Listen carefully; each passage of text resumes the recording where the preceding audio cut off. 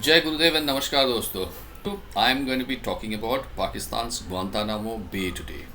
Guantanamo Bay start letters are G and B, and Pakistan का जो Guantanamo Bay है उसका start letters भी G and B है, and that is Gilgit and Baltistan. I'm probably going to be the first one to talk about it. Like मैंने बांग्लादेश का chicken neck को लेके बोला था, now you've got a couple of YouTube videos that have started coming up, and they are all talking about, obviously with larger reach and larger subscriber base. So they're activating this concept amongst a larger number of people. They have also suddenly started talking about Bangladesh's chicken neck. So probably you would be hearing Pakistan's Guantanamo Bay a lot more frequently in the future. But remember, this is the first video where you probably heard about it. Now, in order to make that connection between Pakistan's Gilgit-Baltistan, and though it is not Pakistan's, and technically that is why it becomes Pakistan's Guantanamo Bay. In order to make a connection between Guantanamo Bay and Gilgit-Baltistan, I would love to start with this film called The Terminal. I don't know if you have watched this or not. It is a Steven Spielberg directed movie, and this terminal, the story Terminal, was inspired by this gentleman called Mehra Nasseri. Tom Hanks was there, who was the main protagonist in the movie, and this Terminal as a movie would serve as a handy analogy for Gilgit-Baltistan. Apologies for the fact that today this podcast is in English, बाद में फिर हिंदी में podcast करेंगे. Actually ज़्यादातर इस channel से हिंदी में ही podcast होते रहेंगे, कभी कभार एक आधा इंग्लिश podcast भी हो जाएंगे. So I'm sure you would all be quite okay with that. Now coming back to the movie, Terminal is a tragic comedy and perhaps the most underrated, still a Spielberg movie. Terminal में the real life story was that of Mehran Nasseri. Terminal में the character's name is Viktor Navrosky, which is the role that was played by Tom Hanks. Viktor Navrosky is from a fictional country somewhere in Eastern Europe called Krakosia. Now he's traveling from Krakosia to JFK, New York.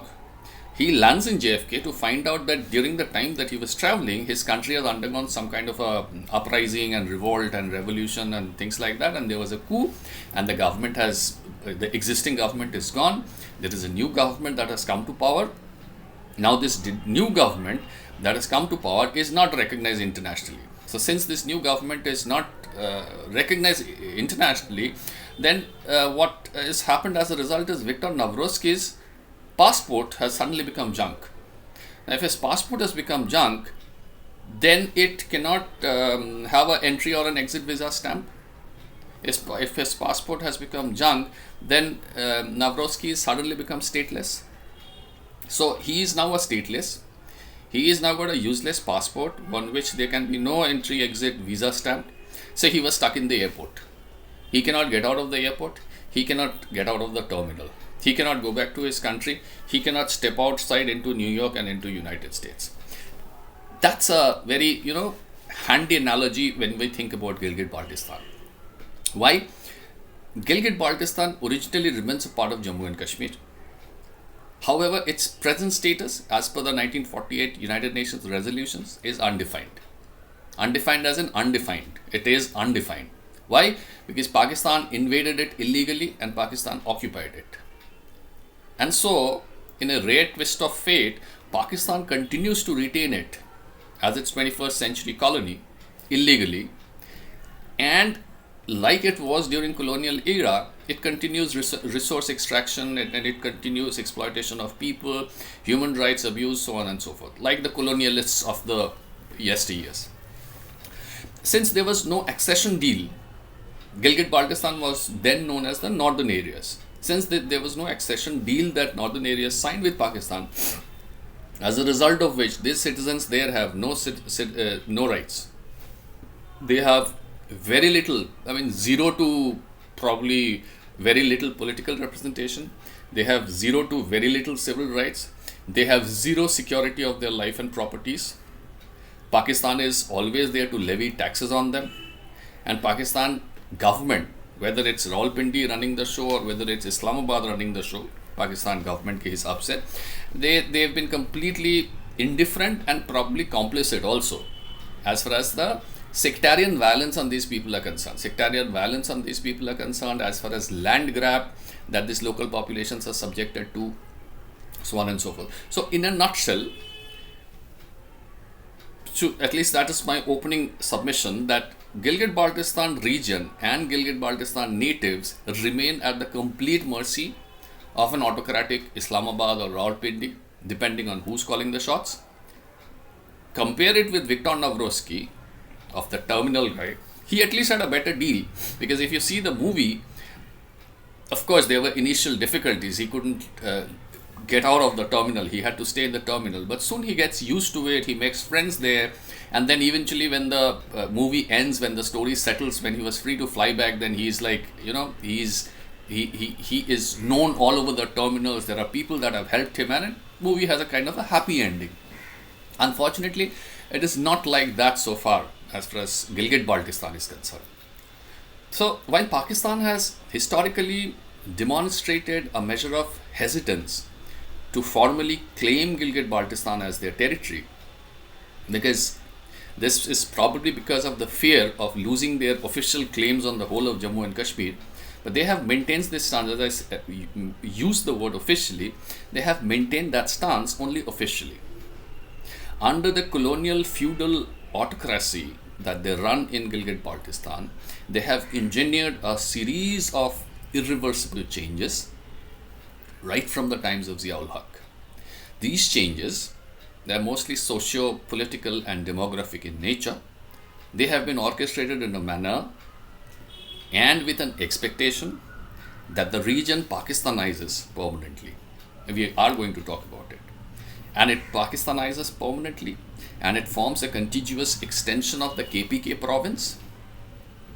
So in case that proposed referendum ever takes place in future, the demography has by then been completely altered. So you've got all Pakistani settlers who are settling there that would vote only for Pakistan. There would be no one to vote for a Gilgit-Baltistan as an autonomous province or a Gilgit-Baltistan as a part of India, if the referendum ever comes to. Hence, whatever Pakistan has done, Pakistan has done. Now, if we talk about the geography of this place, people who love to travel, for people who love to travel, Gilgit-Baltistan is an awesome, absolutely stunning, breathtaking landscape. It's an overlapping of the Central Asian highland, of the Tibetan plateau, and a generous measure of Himalayan beauty pushed from the southeast. It's the home to a spectacular combination of, highlands, of valleys, of mountains, of rivers, of lakes, glaciers, you name it. Easily one of the most beautiful places in the planet. That was for the traveler. For the geology buff, it is a high altitude wonder desert, because this is a junction of 4 major mountain ranges. So you have the Himalayan range, you have the Pamir, you have the Karakoram, you have the Hindu Kush. For the geopolitical enthusiast, Gilgit-Baltistan remains again an extremely crucial piece of territory, because this again, it is a mountain junction. It is, for the geopolitical enthusiast, it is a continental junction of sorts. So it sits slightly south of the Eurasian heartland of Central Asia. So it looks at the Eurasian heartland and beyond towards north. It looks at the west of Asia, which is Afghanistan and beyond. It looks at the east of Asia, which is China and beyond. It looks at the south of Asia, which is India and Pakistan. And this is the connecting region as far as that entire regional landscape is concerned. Geopolitically, Gilgit-Baltistan is also very important because it is called Pakistan's water tank. You see, all these numerous lakes and glaciers and rivers that Gilgit-Baltistan has, all of these feed Pakistan's most crucial water source, which is the Indus. And Indus flows through the mountain passes and in through Pakistan. Okay, then there is the old Silk Route. This is actually the reason why British India hastily occupied it during the Great Game. As Tsarist Russia was gathering steam in Turkestan, in Central Asian region, the English army, the British army, quickly moved up ahead towards the frontier and quickly took control of all the passes that led to the Indian subcontinent. So this was a part of the Anglo-Russian Great Game actually. However, when partition happened in 1947, then the partition put a question on legitimacy of this entire area, because इससे पहले एक भी चीज हुआ था. When the British forces took control of the Silk Route, what they also did is they took they signed a 60-year lease with the Maharaja of Jammu and Kashmir for the Gilgit-Baltistan province. That was back in 1935. So they not only physically started manning and started blocking Russian advances across the Silk Route and taking control of all the passes, but because they had to make it legal, they signed a treaty with the Maharaja of Jammu and Kashmir, which was a 60-year lease, 1935 se. Now this 60-year lease, even before it could expire, what happens is when the partition took place, it put a question of legitimacy on that lease. So what the British did was, now they started showing their true color, so they took physical control once again by orchestrating a coup and sort of repossessed back in the October of 1947. And they did it to facilitate the inclusion of Gilgit-Baltistan's map, Gilgit-Baltistan into Pakistan's map. Now, why did they do it? Why was inclusion of Gilgit-Baltistan into Pakistan's map so important? That would take us to another topic, another very interesting topic, which is the geopolitical necessity of the creation of Pakistan, जिसको लेके हम आगे एक video करेंगे, और मेरा पूरा कोशिश रहेगा इसको हिंदी में करने का. I'll do a geopolitical necessity of Pakistan video completely in Hindi. Incidentally, this is a topic on which I had written extensively about a couple of years back. 2 या 3 volume में I had written it for an online media house, and I would be doing a podcast. I have done a couple of podcasts on the same, but मेरा अपना channel से I'll do an elaborate podcast on the geopolitical necessity of Pakistan, and this would be in Hindi. Okay. To cut a long story short, over here in this episode, it is important for us to know Gilgit-Baltistan became a part of Pakistan because at that point in time, for British forces, for British Empire, not forces, for British Empire, cutting off warm water access of Soviet Union was very important. Just know this much. आगे हम लोग बाद में बात करेंगे. We'll talk in a different video. And Pakistan as a piece of geography was crucial towards this act of cutting Soviet Union's access of warm water ports. Incidentally, Gilgit-Baltistan में ही Karakoram highway, वहीं से Karakoram highway चलता है, which is the Pakistan-China connector. And this was again one of the major British India constructions during the colonial era. Okay. Coming back to not right now, after partition, let's proceed about 15, 20 years, 30 years into post 1950. Okay, and let us try and examine the complexity. Now, I say that in terms of complexity, Gilgit-Baltistan is slightly less complicated than Middle East, and that is sort of good enough a picture to give you an idea of how complicated it is. So, if I try to list the complication, only the major complications. See, Gilgit-Baltistan remains a part of Jammu and Kashmir, but it is currently under Pakistan's illegal occupation. Then Pakistan has not only altered the demography by pushing in more and more Pakistani Sunni mainland people, but it has also ceded parts of Gilgit-Baltistan to China. So illegally occupied territory का illegally दूसरों को possession दे दिया, which is Sakshgam Valley. Back in 1963, Pakistan gave access to China. China has, on top of that, quickly, again illegally of course, built infrastructure like roads and dams along the geography. Okay, so there are 4 big complexities in the region. On top of that, till about a few months ago, Beijing was eyeing more and more territorial walkovers. You know Beijing's debt trap. So Pakistan was never in a position, and now all the more, was never in a position to repay the CPEC debts. So Beijing was eyeing more and more territories. So Beijing was looking at, territorial walkovers from Pakistan so that it could take control of more and more areas of Gilgit-Baltistan. Now that is on pause. Presently that is on pause. In these 4 angles, now if I add the Indian angle, Of course, it is not the fifth angle, so to say, but there is an Indian angle, and Indian angle also keeps them concerned. Now, Indian angle is that Gilgit-Baltistan is a piece of puzzle for India, and it is that piece of puzzle that has the potential to alter New Delhi's equation and regional position with respect to Asia and perhaps Europe as well. Gilgit-Baltistan, why? Because Gilgit-Baltistan not only provides a direct land route access to Afghanistan, because if you have access to Gilgit-Baltistan, if India has access to Gilgit-Baltistan, it can walk straight into Wakhan corridor, which is an Afghan territory. Given the current relationship that India has with the Taliban, that would automatically ensure India's land access to Afghanistan and thus to Central Asia. Your land access to Central Asia extends your land access to Europe. So if India has access to GB, Gilgit-Baltistan, let's call it GB.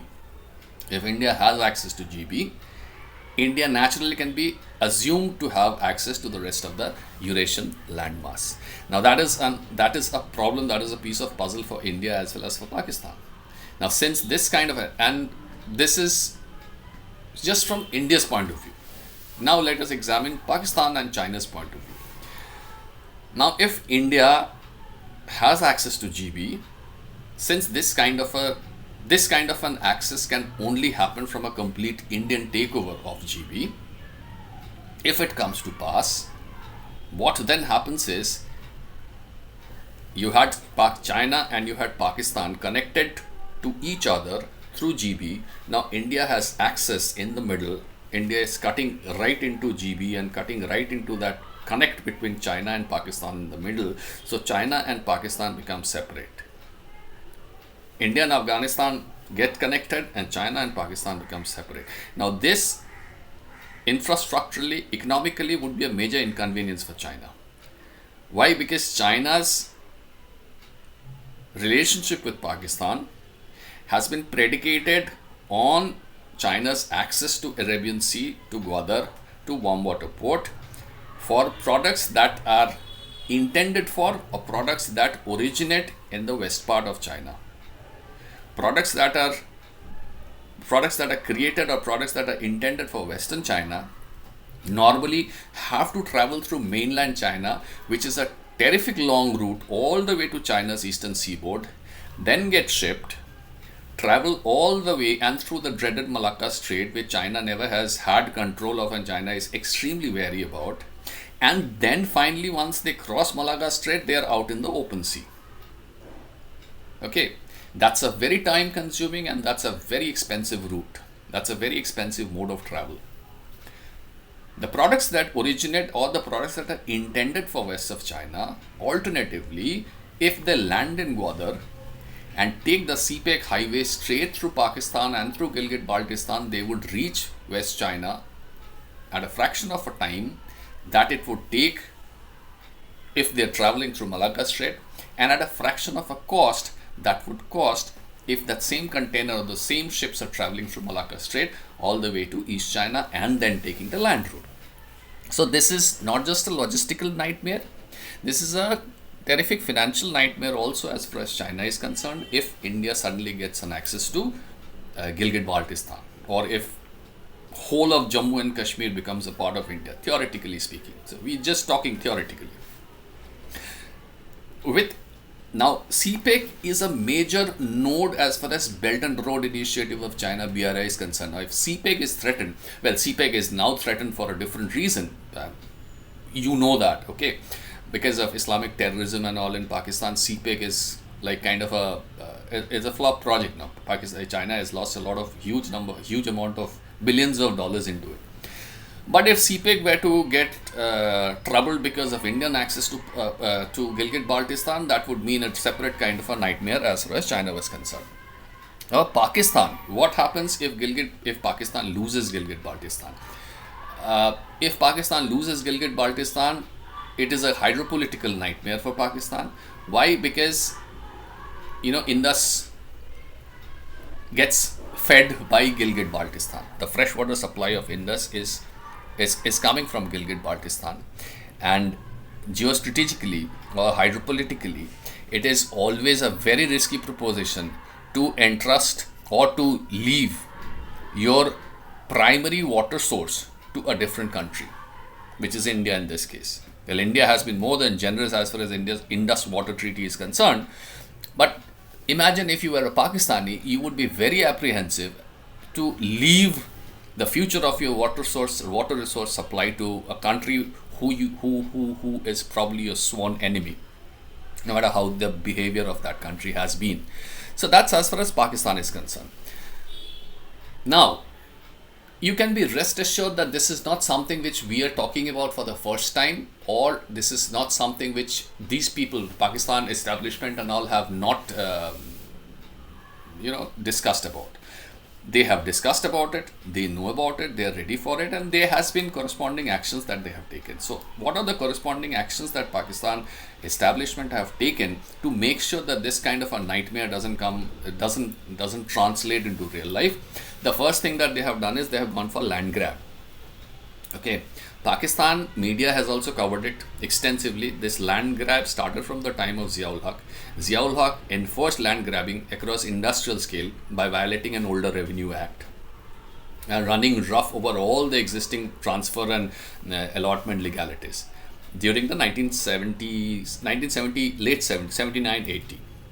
Since then, this unclaimed lands or lands which are lying in limbo because of this orchestrated confusion have all been claimed by the government. Then they have given China, Shaksgam Valley to China. So they have brought in the China complexity also in it. Number two, the thing that they have done, we've talked about it, is the demographic alteration. They have they have, and there is a paper which got published in the Sage Journal. I would be quoting just about a few lines from the paper, and I'll make sure that I include the link somewhere in the description or in the comment box. You can go to the original website and you can read. Let me just read it. They did a demographic alteration by imposing martial law, etc., etc. General Zia's support to particular Sunni parties and groups and the existing power vacuum in Gilgit-Baltistan provided an opportunity for the ulemas to assert their role in public space. The importance given by Islamabad to the Sunni ulemas, an extremist group, and to the politics played by the regional administrative officers appointed by Islamabad was largely responsible for fueling sectarian clashes in the region. Besides, it was always in the interest of the army in Pakistan to keep Gilgit-Baltistan divided on sectarian lines to retain tight control over this strategically important area.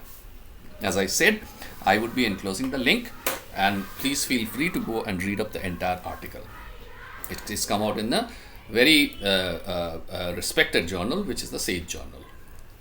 The result of this kind of a land grab and demographic shift and all has seen a drastic population reduction. So it was, Gilgit-Baltistan was formerly a Shia province, 80% Shia during 47-48. Now they have less than 40% Shia. So they have exactly half the population, okay, in 40-50 years, 60 years maybe. The Sunni population, which was in single digit percentage, has now gone up to 30%. So at one end, you've been reducing the Shia population, at the other end, you've been pushing the Sunni population up. More and more land grabs and more land available with the government. So you get all these Sunni settlers from Punjab and Sindh and all, and you allot them land and let them settle there. Because Gilgit-Baltistan was used as because GB has got a land connect with KPK. The other thing that has happened is all these Afghan jihadis at the end of Afghanistan war, all these Afghan jihadis, they transited through KPK and they settled down. They were allowed to settle down in GB, which Pakistan military, Pakistan army establishment, etc., allowed them to settle in GB. Now they have been, since then, GB has been used as a launchpad for terrorism against India, launchpad for terrorism again in Pakistan also, in Afghanistan also probably. With all these Sunni settlers that were pushed from Punjab and Sindh to settle in GB, the terrorist outfits have always had a ready pool of recruit, because you've got a ready population which is willing to join for jihad and for bigger causes, which they consider bigger causes actually. A natural byproduct of this kind of a population infusion, forced population infusion, forced population engineering, is that which is something which is observed and has been observed in Muslim society, is sectarian conflict. So the moment you've got a Sunni population that goes up, they start creating trouble for all the non-Sunni people. So you could be a non-Sunni Muslim, you could be a non-Muslim, you could be anyone. Sunni populations have this historical tradition of creating problems for non-Sunni population all around the Islamic world as well as outside. There's been problems in India, there's been problem in Europe. As the Sage Journal, that article that I quoted also says that the target is to eliminate and to minimize the Shia population. There has been an explosion in the rate of violence. Again, media has covered. There are protest groups that have been out there talking about the kind of atrocities that have been, orchestrated against the Shias. You've got a couple of Gilgit-Baltistan leaders that have come on our national televisions and have had interviews. They have provided interviews and all. There's a lot of things that is there. What is out there in the net for you to sort of create an opinion, if you want to, about? What is interesting is that this sectarian conflict has been government orchestrated. Okay, right from the times of Ziaullah. Every government in Pakistan has had some or the other role to play as far as sectarian conflict in Gilgit-Baltistan is concerned. Now, going back to my Shuru Ka Ekdam, why am I calling it Guantanamo Bay? Now, there's this interesting thing which happened post, since 9/11 and since global war on terror and entries such as FATF list, etc., which were the result of per function interest of the West. They wanted to show that we are serious about terrorism, about Islamic terrorism. We are doing something about Islamic terrorism, in combating Islamic terrorism. Now, Gilgit-Baltistan has been converted into a safe haven for this banned terrorist outfit. So, कोई भी terrorist outfit जो पाकिस्तान में banned हो जाता है. Why? Because there's this terrorist outfit which United States recognizes as a terrorist outfit. Now, if this terrorist outfit is there in existence, we might get a FATF enlisting and we might get banned and we might get grey listed, we might get blacklisted. Pakistan. तो क्या करते हैं? This terrorist organization changes its name. So from ABC it becomes XYZ. It shifts its headquarters from mainland Pakistan into Gilgit-Baltistan. What happens as a result? Why does it happen? It happens because Gilgit-Baltistan is technically not a part of Pakistan. Plausible deniability becomes the king. Oh, that outfit, they have shifted. We don't know where it is. We don't know where they exist. We don't know what they are doing. We have kicked those people out. But what you've done is you have sheltered them very nicely in your GB.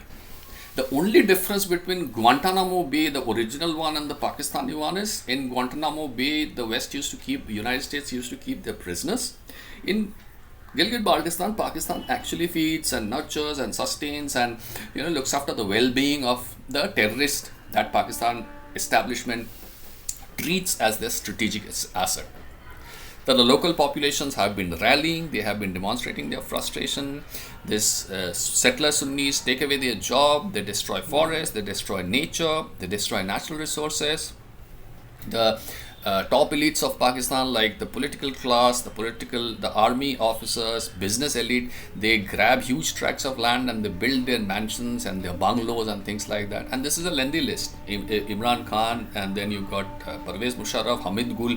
Loads of people have had their properties and have had their bungalows and their palaces, so to speak, in Gilgit-Baltistan. It's a good looking place, so why not? As long as you have the means. Then the funds that are allocated for GB development that are funneled into Pakistan Army. So पैसा भी ले लेता है, infiltrate भी कराते हैं. They sectarian violence. They kill the local Shia populations. They destroy nature. They encourage terrorism. They encourage terrorist-based recruitment. They push in all the illegals, all the non-state illegals, the irregular terrorists into Gilgit-Baltistan. They have, like a lot of Pakistan establishment, has kind of poisoned this place. Okay. While the local Shia populations are left with power cuts, they are left with reduction in the subsidized food, they have higher taxes, they have zero political representation, they have zero development, and they still remain a part of Pakistan. Why? Because Pakistan is still occupying Gilgit-Baltistan illegally. Now, I always make sure, and I've made this a point to speak about it in a number of podcasts and all, is that my opinion is that the garrison state of Pakistan is incapable of building and sustaining a coherent, functional, economically performing nation state. Okay. What remains to be seen is how GB reacts when the levee finally breaks. What would they want? Would they want to go the Balochistan Fata way? Would they behave any differently? But most importantly, is any agency in the region trying to find this out? Trying to find out what Gilgit GB population, the original GB population would want. How would they want to react? If they want to react in a different way, why would they want to react in a different way? What are the factors that would determine their behavior? Is there a semblance of formation of some kind of a representation?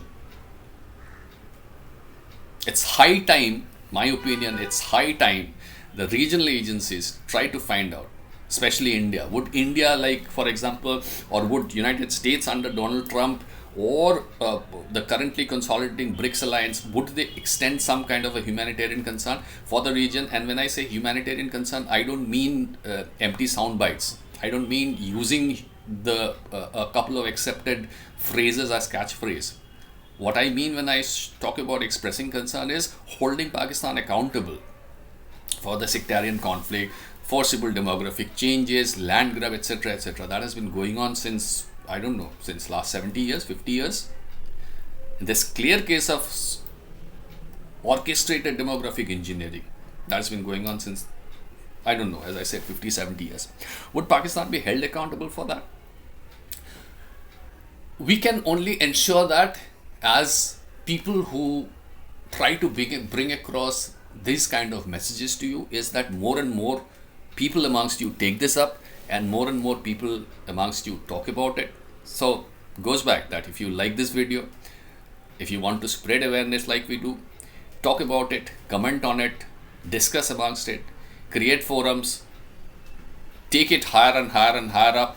Probably some amongst you might have that kind of a connect where this builds into a bigger and a larger movement, cascades into a bigger and a larger movement. So all we can do is create videos. Normal average people like us, all we can do is create videos like this, take the time to talk about all of these things. You viewers, you can take the time to share this video within your network. Please take the time to like our videos, and also please subscribe to our channel. That was about Gilgit-Baltistan. I'll see you again sometimes very soon. Jai Gurudev, Jai Hind.